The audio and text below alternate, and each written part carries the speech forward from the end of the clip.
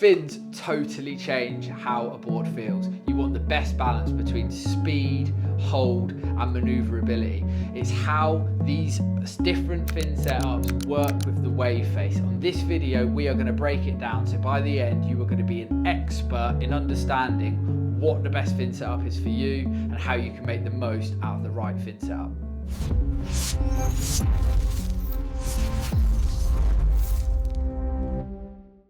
Hello everybody, welcome back to another video.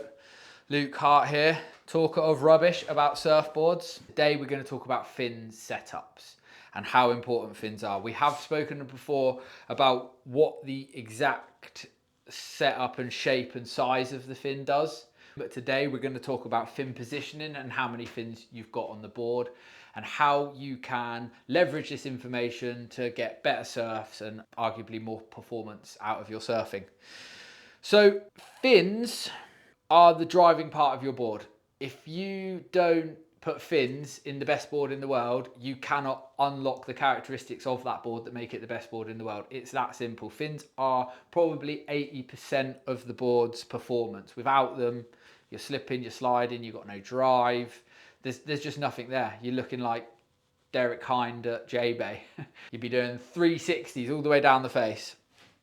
So I'm going to break it down into how you utilize fin setups with the design of the surfboard to get the most out of your surfboard. So the first things we're going to talk about is the two main points that fins can change the surfboard. It's where the fins are in relation to the tail of the surfboard, so further up or further back. Where they are in relation to the center of the board, so are they in the center of the board, are they on the edge of the board, and how many fins you've got. So the first thing we'll talk about is fin positioning. If your fins are further up the board and further away from the tail, that's going to create a looser board, something that's easier to control. If your fins are pushed as far back as they can towards the tail, that's going to offer some drag and some down the line forward momentum. But the key is the right balance for the surfboard, given the rockers, the overall length of the surfboard. If you put your fin too far up the board, it's too loose, there's not enough drive. Ultimately, the board's going to be really hard to control. And if you put your fins too far back in relation to the length of the board and the rockers and the design characteristics, if they're too far back in the board, what you're going to end up with is a stiff board that's hard to turn and takes a long time to get around your turns. It's going to be less responsive. So the key is working out exactly where the magic setup is, and that is in conjunction with the overall design of the surfboard. The next is where the fins are in relation to the center of the board. So if you've got your fins in the center of the board, so you've just got one fin in the center of the board, it's going to offer you pivot. It's going to offer you the ability to change from one rail to the other. So cut back and just the maneuverability to stay in the pocket of the wave. That center fin will give you the pivot you need to control that surfboard more. If you have fins on the side of the board, on your rail, so one this side and one that side, that's going to create some lift to get higher in the face, so you've got more grip on the face of the wave, so you can then sit higher in the face to access more speed and more drive down the line. And it's going to offer your rail transitions to be sharper, because when you transfer from one rail to the other rail, you are transferring back onto another fin, which is going to give you that grip and that hold. And you're also going to have water pushing against the inside foil of the fin, which is going to generate you some more speed and hold effectively. When you combine the two, so when you have a central fin and side fins, the thruster setup, as it's commonly known, there's other setups we can do, like one big one in the middle and two little ones on the side, or you can do two big ones on the side and one little one in the middle. But we're going to talk basics in this video. When you've got the combination of a central fin and the side fins, you get the best of both worlds. You get the pivot from rail to rail with the center fin, and then you get the drive and the lift and the hold up the face of the side fins. To me, that is the most all-round, well-rounded, easy to use surfboard fin setup. But there are obviously some subtle changes that you can make with the amount of fins, where they're placed, and how close they are to the middle of the board, how close they are to the rail. So we're going to talk you through a few of those things. Now, starting with the basics, one central fin in the middle of the board. Now, we've already established that that's going to give you pivot from rail to rail. It's also going to offer you some stability so that you can then begin to control that surfboard more easily. This sort of fin setup traditionally works great for flowing, fluid surfing in a nice, safe power source of the wave, taking a nice, safe line to ensure that you maintain lots of speed. It's really, really fluid. There's very, very little drag, and you have a really free sensation that when you engage the fin and the rail, it's almost like snowboarding, really soupy and lovely. And traditionally, that will work with flatter bottom boards or hull bottom boards and longer rail lines, bigger boards, because you've got the maintenance of trim from the extra rail line and the mass of the board, and then you've got the pivot from the fin to be able to go, get on your tail, stop, pivot, change direction. So it's quite limiting to performance. It's quite hard to generate your own speed by climbing the face of a wave on a single fin, because your rail is kind of engaged in the face, the fin's centered, so it does become harder to generate your own speed. It's very much a case of being in the right place on the right time with single fins. But I implore any surfer looking to get better at surfing to get on single fins. They will teach you how to use your rail, they will teach you where the power source of the wave is, and they will add a fluidity in your surfing that means you will build patience and timing in the right place of the wave, so that when you do get on a board that's easier to ride, you'll already have these keys unlocked, and thrusters and quads and twins will just become an easier, more fun experience. But building the relationship with a single fin and a longer rail line board together really, really does help flow your surfing out.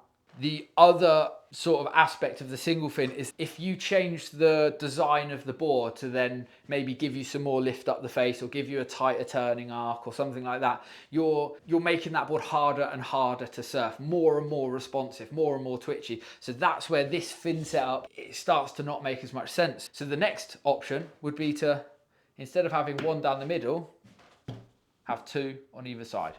So now the twin fin. The difference is from having the central fin to the side fin, as we've already established, is you can get higher in the face. You're also losing the drag from the center fin. So the board in its essence is faster. It's going to sit in a more technically faster part of the waves. You're going to allow to access the pocket and get speed generation through flowing surfing, and it's going to offer a really, really loose feeling board that works well with a little bit of extra board engaged in the water if you want more hold, or a little soapbox kind of fish. That's why you see a lot of the twin fins, they work, the design of surfboard that's stuck around with the twin fins has been kind of eggy channel bottoms or traditional fishes, because the traditional fish is super fast on rail, not got loads of pivot, but it's got loads and loads of slide. So twin fins also, if you're trying to get better at surfing, trying to master a twin fin, all of that speed and all of that twitchy looseness that you get from the freedom of a twin fin, once you have understood the pivot of the single fin, and then you understand the speed and the lift of the twin fin, getting those on rail, being patient where you slide your tail, not rushing anything, and really utilizing that freedom, that extra freedom that you have on the face, really helps, so that when you jump on a thruster or a more performance board, again, you're going to see how easy it is to surf. Twin fins will offer you lots and lots of speed, lots and lots of looseness and twitchiness, and they're fun. They'll give you a sense of freedom on the wave, so you can use a shorter rail line and you can really get tricky with it. And there's nothing better, I think, than watching really good surfers create different lines on twin fins. But beware, if you are a thruster surfer, jumping onto twin fins, they can be really addictive for that freedom and that looseness. And then jumping back onto the thruster as a really good surfer can actually take another bit of getting used to. They tend to feel a little bit slower because you've got that added drag with that central fin, and you've got that ease of pivot back again. It kind of dulls it all out again. But if you're a new surfer looking to improve, understanding the fundamentals of how twin fins work is brilliant for unlocking that trust you can have from a looser board. Just timing and speed control and allowing the board to move with you just balanced and poised, ready for that fin to engage again. So a brilliant, fun setup that works in a massive range of conditions. And something that I think, in my opinion, just like with the single fin, everyone should have a go on twins. Everyone. Especially in the UK, where our waves are a bit flatter and a bit fatter, they'll give you a ton of fun. Okay, so now we're moving on to the real stuff. My favourite fin setup, the thruster. The easiest one to use. You've got pivot, you've got hold, you've got lift, you've got drive, you've got everything you need to really explore the wave face. You can push harder through your turns. It allows you to do the most with board design as well, because if you put a really high performance board setup with a twin fin, the board's going to be really, really loose. If you put a thruster setup on a sort of hole bottomed longer board, it's going to feel draggy and kind of boring and harder to turn than the single fin. So it allows you to really strip back the surfboard for pure performance. It means that you can really focus the board's design on aiding how good that fin setup at offering you pivot, control and stability. A thruster is the middle of the road in terms of fin setups, meaning that you've got the best balance between the hold, the drive, the stability and the freedom on the face. Now it gives you that feeling, and for some good surfers it can feel maybe boring. It can just feel like home. It can feel like the judgment off of everything else. This is the easiest to surf. So a twinny could be too loose, or a single fin can be, you know, not fast enough or to gain speed enough, or a quad can be a bit tracky or a bit drivey, a bit hard to predict. Well, the thruster is the best inventions ever in surfboards. Simon Anderson, I think, was the first one to really make it big in the 70s, and subsequently, you know, blew up on the world tour as he was against people on twin fins, and he suddenly had so much more maneuverability and freedom on the face and harder to push turns. So his turns were, you know, bigger and stronger, and he had the ability to make later drops, and it changed surfboard design forever, and I don't think there'll ever be a bigger change in surfboards than the thruster. And then the last setup we're going to talk about is the quad. Okay, so the quad setup is almost like a twinny on steroids. It's going to give you the driviest, most hold. So a quad, you can really play with where you are on the face of the wave.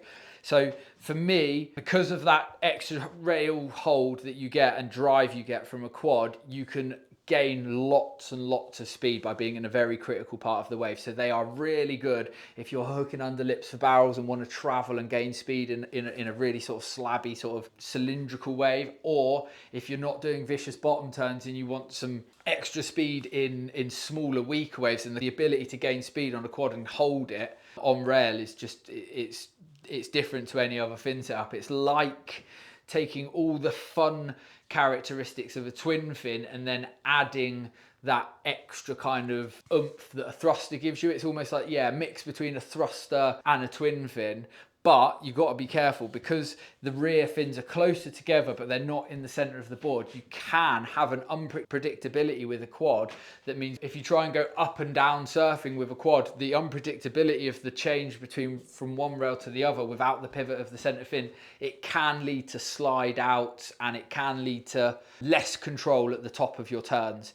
So what you'll tend to find with quads is they've got so much drive on rail, but you have to turn them slightly more laterally. So if you like doing big down carves and putting lots of energy into your rail to wash off all your speed, then they're brilliant fun. But I will tell you, you won't just be able to jump off a thruster straight onto a quad and get it. You won't. It takes a little bit of time to really utilize the benefits of a quad, but I certainly think in the right conditions, and as we're seeing on tour, on the Big Wave World Tour and on the WSL, surfers are starting to use them as part of a serious quiver check when you can utilize them in certain waves. So again, for quads, hollow waves where you can get higher in the face and really gain extra speed to make it out of critical sections, or weaker waves where you want to gain as much speed as possible down the line, then quads are absolutely brilliant.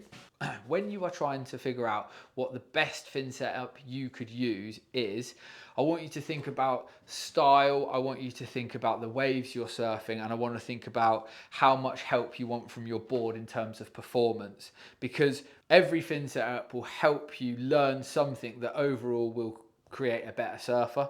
I think thrusters are your go-to middle ground, but I think you can utilize a thruster better after you've experienced what a quad feels like, after you've experienced what a twin fin feels like, and after you've experienced what a single fin feels like. But the ultimate performance has to come from a thruster, in my opinion. When you really get to understand your fins and you match up the correct fin setup with the correct design surfboard, then fins really do stop becoming the little bits of plastic hanging off the bottom and just start becoming your secret weapon to unlocking your true surfing potential. So never be scared to try something different. Always have a go. So I hope this has helped you understand the basics of where fins go and how many fins you should have and where they would work best in and what sort of designs. And just remember, don't be scared to try loads of different things. And just because you go on it once and it feels different, go through the process of learning really what each fin setup feels like, because I promise you, overall, it will help your surfing. Like, comment, subscribe.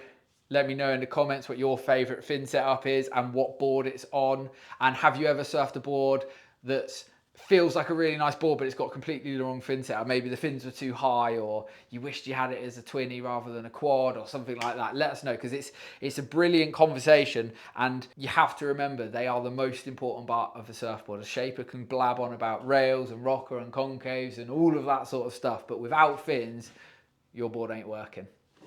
Cheers, guys.